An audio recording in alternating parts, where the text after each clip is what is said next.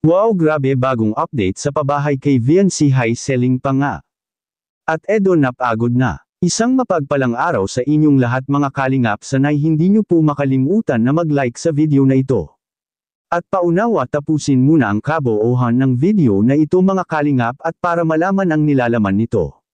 At maraming salamat po mga kalingap sa pagpatuloy na pagsuporta, lalo na kay Kuya Val Santos Matubang at kay Ate Edna Vlogs at Kalingap Rab, salamat po.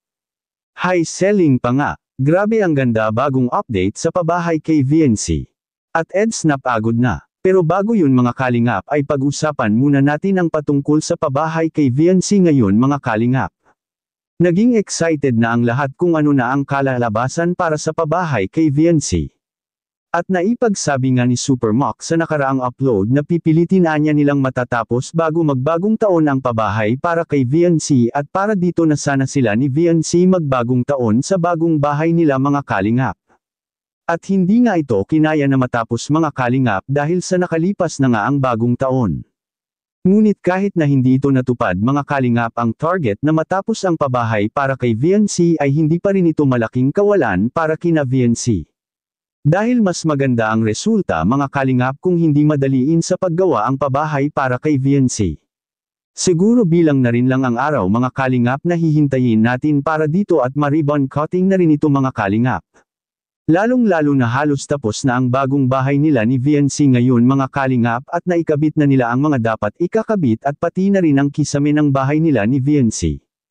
Napakaganda na rin mga kalingap. At naayos na rin ang mga tulo sa kisame nila ni VNC mga kalingap. Mabuti na lang talaga at umulan dahil naagapan nila ang tagas ng tubig sa kisame nila VNC mga kalingap. At nalaman rin nila kung saan ang tagas sa kisame dahil sa pagbuhos ng ulan. At samantala si VNC at Edo mga kalingap ay nagbabalak si Edo na palagi na itong bibisita sa bagong bahay nila ni VNC kapag natatapos na ito. At pumayag naman si VNC pa tungkol dito at naipagsabi pa ni VNC kay Edo na kahit paanya doon na ito titira sa bagong bahay nila ni VNC mga kalingap. Ang mga sinasabing ito para kay Kalingap Edo na galing mismo kay VNC mga kalingap ay para na rin itong pinapayagan ni VNC si Edo na maging kabilang sa family ni VNC. Which is ito rin naman ang gustong-gusto ni Edo mga kalingap dahil alam naman nating lahat na si Eds ay nagsusumikap itong sagutin ito sa kanyang pangliligaw para kay VNC. Natural lang talaga kay Edo na palagi itong bibisita sa kanila ni VNC mga kalingap dahil ito'y kailangan at para mas makilala pa nila ang isa't isa, katulad na lang sa ginagawa ni Eds ngayon na palaging binisita at hahatid sundo niya si VNC sa bahay nila. Malaking bagay rin ito sa kanilang dalawa at dahil dito mas lalo pang makikilala nila ang isa't isa, at sa kabilang dako naman mga kalingap Edo, bakit napapagod?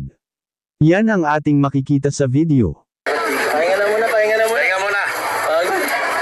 Grabe. Pahinga muna tayo. Okay lang? Akala namin madali na. Ay, grabe. Tamula ka. Tamula ka. Hindi pa mo bilag yun. Ikaw na sigaw ka eh. Paano pa kaya? Gusto pa namin sana dito kaso parang hindi na pwede eh. Mahina ang puso. Mukhang mahina yata ang Kaya puso. nga, sa Ferris wheel na lang kami siguro. Sa Ferris wheel na lang. Oo. Huwag na dyan. Masyadong ano yan. Mag-relax. Height pala yan, height. Oo. Ayoko na, sama na ako sumigaw.